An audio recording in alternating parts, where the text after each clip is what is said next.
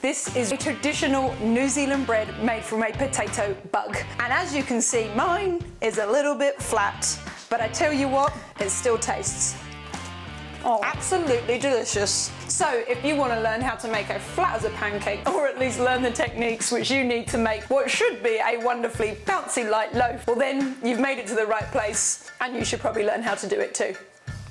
So let's start at the beginning, when I thought I was going to create a beautiful round loaf.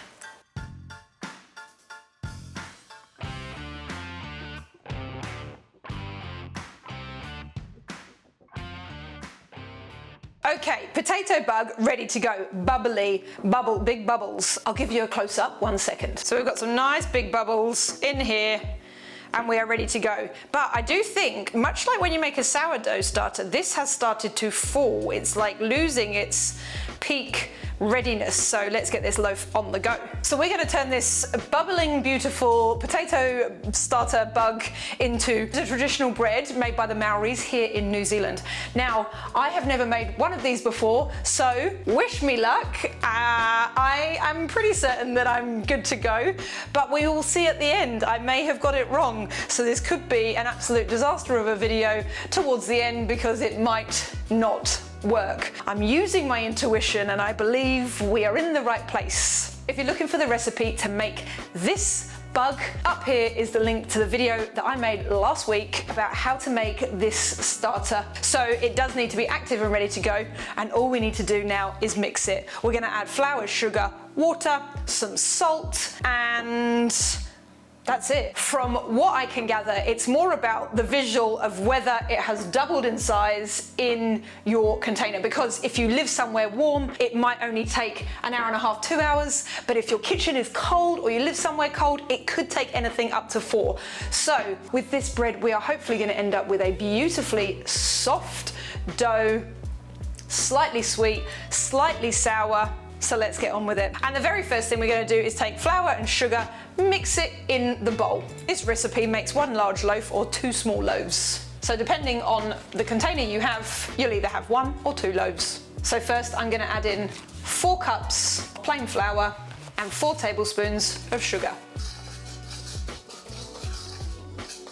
I would suggest that you do this in quite a large bowl because this is quite a lot of mix. And we'll also add in a little teaspoon and a bit of salt. So that is that bit done. Next, we're going to add in 2 cups of this bubbly active starter. And as you can see here, much like a sourdough starter, elasticity, it's got that sour smell. We're looking for a slightly yeasty, sour smelling base. Oh my God, look at the elasticity in that. I really hope that this is going to work.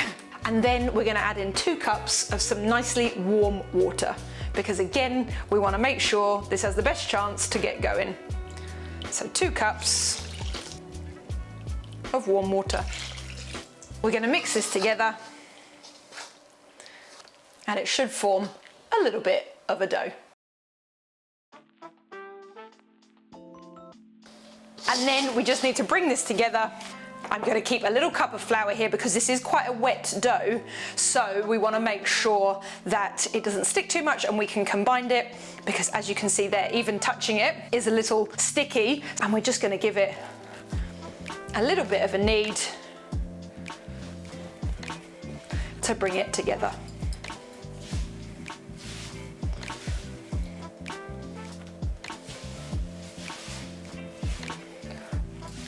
So once you've brought it all together, like that, we're going to sit it in a bowl,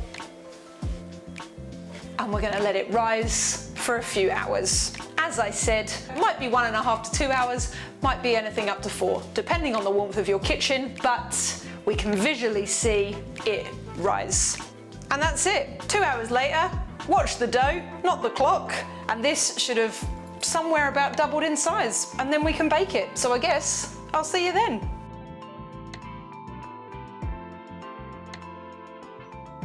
Okay, it's been 2 hours rising. We have not quite doubled in size yet, but I have made a critical mistake.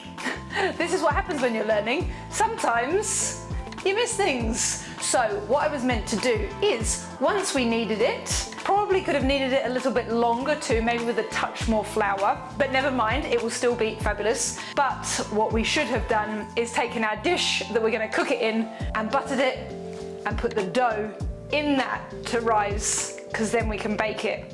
So we may have a problem here in the fact that we may knock out some of this air, but it still probably needs to rise for about another hour. I'm going to transfer it into the dish that I'm going to bake it in.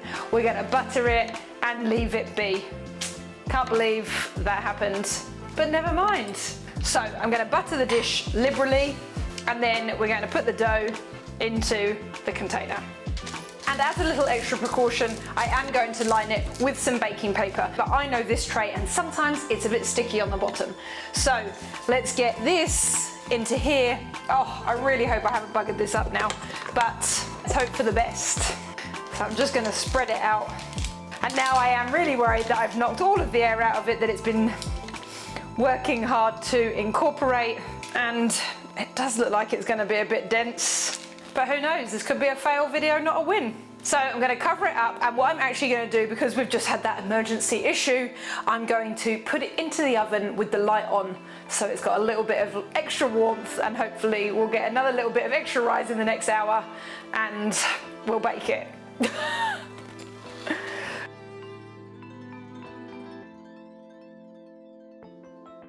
Okay, it's been 3 hours. I don't think that this is going to rise. So yeah, this is going to be an absolute wah for a video, but you know, you've all got to learn sometimes, right? So we're going to bake it anyway and see what happens. You never know, it might magically rise while it bakes.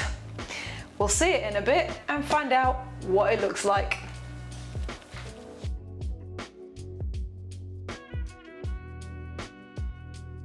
Okay, it's come out. I'm actually quite surprised that there's any rise in it at all, because as I said, I think something went slightly wrong. But we're gonna take it out of the dish and let it cool so we can cut into it.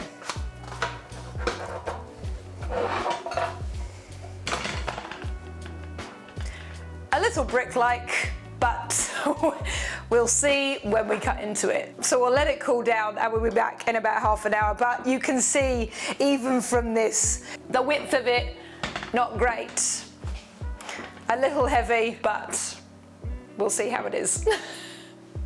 Hey, look, if you're new here, this isn't usually what happens at Dishes with Del. We always are making proven, tried, tested, absolutely delicious. But as I said, we still have to learn sometimes. So this is take one, and maybe we'll come back to it another day and try to improve it. But we can't always win, hey?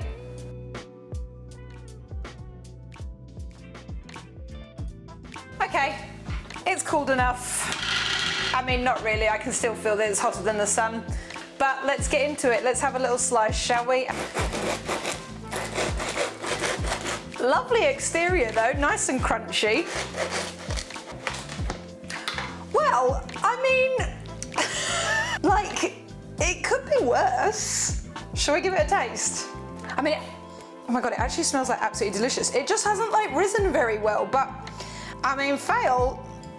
Yes, on the rise, but I do wonder if maybe, I don't know, maybe it was my starter wasn't quite, I think I said it maybe at the beginning, but I think maybe I did.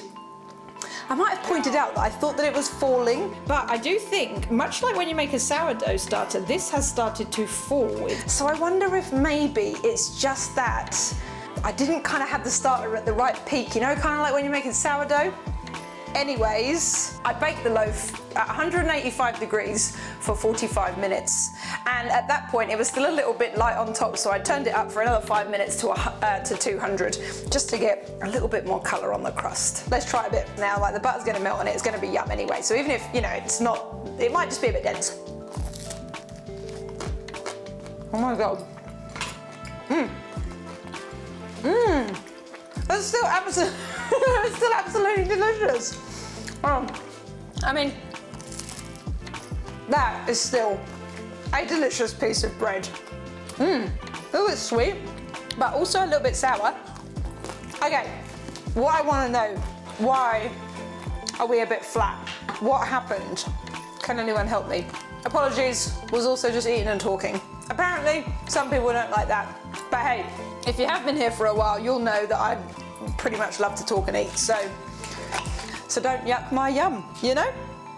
Okay, let's just try one more bit. I tell you what, for something that I actually thought was gonna be dreadful, dense, like not even baked, this has turned out fantastically. Oh, bread's bread, right? That is still absolutely delicious. Did I get it quite right? Not sure. I will definitely remake this video at some point where hopefully I have a slightly better result. But for something that looks like it's flat as a pancake, it tastes absolutely delicious. Do I suggest that you make one of these potato bugs? 100%. And this is what cooking is all about. It's all about a little bit of trial and error, right? So give it a go. Make sure, oh, yum. But make sure if you're looking for this recipe for a flat loaf, head to my website, you'll find it there. But joking aside, you can find how to make the bug there, what it looks like, and if you're looking for that video, again, like I said at the beginning, you can find it on my channel. And you know what? Still give it a go, give it a make, because the outer crust, delicious. Honestly, the smell is absolutely amazing. The potato starter is absolutely genius. And this is it for today. It might not be the biggest success, but it's certainly not an all-time fail apart from being flat. I love all you guys. Let me know what you think, why it might have happened. I always love to know. And I'll see you all next week. Ciao for now.